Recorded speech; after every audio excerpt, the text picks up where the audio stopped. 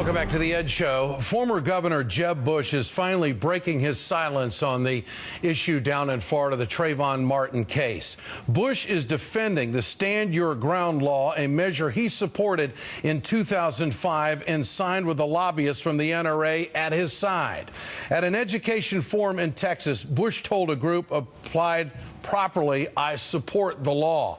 Stand Your Ground gives Florida residents the right to use deadly force and call it self-defense. The law has allowed George Zimmerman to walk the streets as a free man after shooting and killing an unarmed teenager. Bush now says it is always good to review laws and doesn't believe Zimmerman's defense will hold up. The law does not apply to this particular circumstance. Stand your ground means stand your ground. It doesn't mean chase after somebody who's turned their back. Joining me tonight is Dan Gelber, former Florida state senator and a former federal prosecutor. Mr. Gelber, good to have you back with us tonight. How do you feel about this law now that we've seen all this unfold? Did this law have any connection to the result of February 26, in your opinion?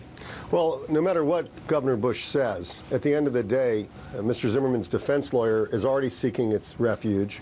The initial investigators from Sanford thought it applied, and there is no question that that law is going to make it more difficult to convict Mr. Zimmerman, because it says, and the jury is going to hear it in the jury instruction, it says that Mr. Zimmerman had absolutely no obligation to try to stay away from this situation, and that he was free to use lethal force without ever having to walk away.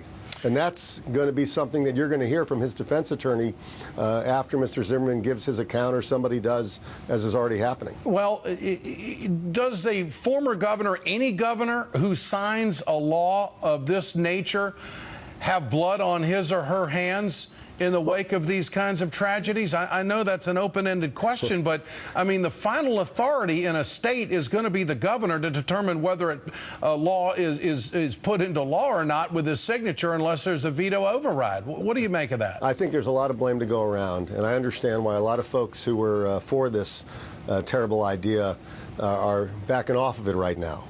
Because the truth of the matter is, and I said this to you the other day, there was no one in Florida who needed this law. This was one of these things that they do, that the NRA and ALEC did nationally, just trying to get states to pass it. There was no one in Florida who claimed that they had been wrongfully charged or acquitted or wrongfully convicted and needed this protection. This was done solely because the NRA asked the legislature to do it, and they have a lot of sway with the legislature. Well, but it is going to make it harder for Mr. Zimmerman to be charged, if he is charged, and convicted. Well, you know, that's a powerful statement that you just made, and you reiterated what you told us the other night. I mean, it seems to me, not pointing this at you, but the media, I think, has a responsibility to go to these governors and these lawmakers who follow ALEC and follow the National Rifle Association like puppets on a string, and ask them, why'd you sign it if there's no clamoring in the public for this? I mean, I think we have a real responsibility to follow up on this. We're passing laws because some industry wants it to be passed. In the meantime, they are contributing to the thought process of someone who's got a firearm in the middle of a confrontation. And also, in this case, I think you could make the case that this Zimmerman thought that he was doing what the law was going to allow him to do, to chase this kid down. Yeah, this was really, I mean, listen, about 20 of us, I was in the state house at the time, and 20 of us really voted, not only voted against it, but we said, this is sort of crazy.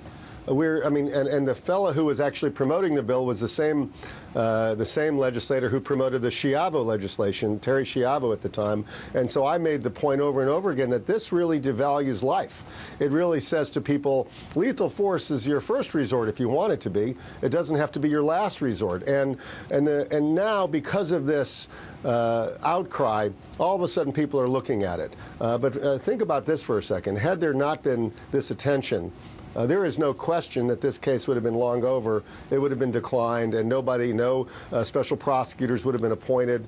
Everybody would have just gone along their way. It's only when people started to look at it and stop the trains, and that all of a sudden people are trying to understand it and actually potentially revisit it. But even after this episode, I'm not sure you can count on the legislature or this Governor Scott, to do anything about it.